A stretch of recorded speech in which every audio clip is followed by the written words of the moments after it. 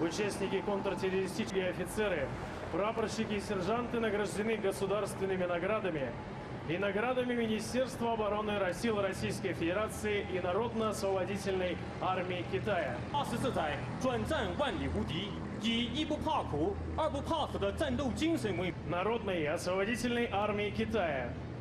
这是中国人民解放军陆军第78集 Финской бригады. В голове колонны гвардии капитан Вячеслав Мальгин. В декабре 合成旅战斗模范连防队，装备09式120毫米自行榴弹炮。该连组建于1928年，是一支历史悠久的红军连队，素有攻得猛、插得快、打得胜的战斗作风，横创造了一个连全歼敌军一个加。 4-го танкового корпуса прорвали фронт и вышли к немецкому тыловому аэродрому, который располагался в станице Тацинской из Паулюса. За этот подвиг 26 декабря 1942 года танковый корпус был переименован во 2-й гвардейский. Ему было присвоено наименование и в военной академии противовоздушной обороны имени маршала Советского Союза Василевского.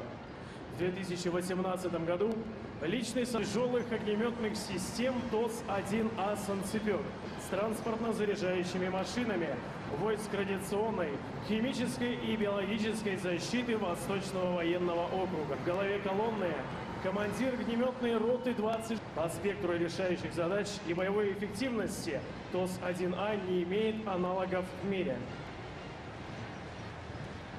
На марше боевая техника соединений ракетных войск российского военно-промышленного комплекса. И пока единственным оперативно-тактическим ракетным комплексом в мире, способным запустить сразу 2 ракеты с одной пусковой установки. К трибунам приближается расчет 107. Присвоено почетное наименование «Мозырская». В августе того же года за успешные боевые действия при прорыве немецкой обороны под городом Ковель дивизия награждена орденом. Вольно!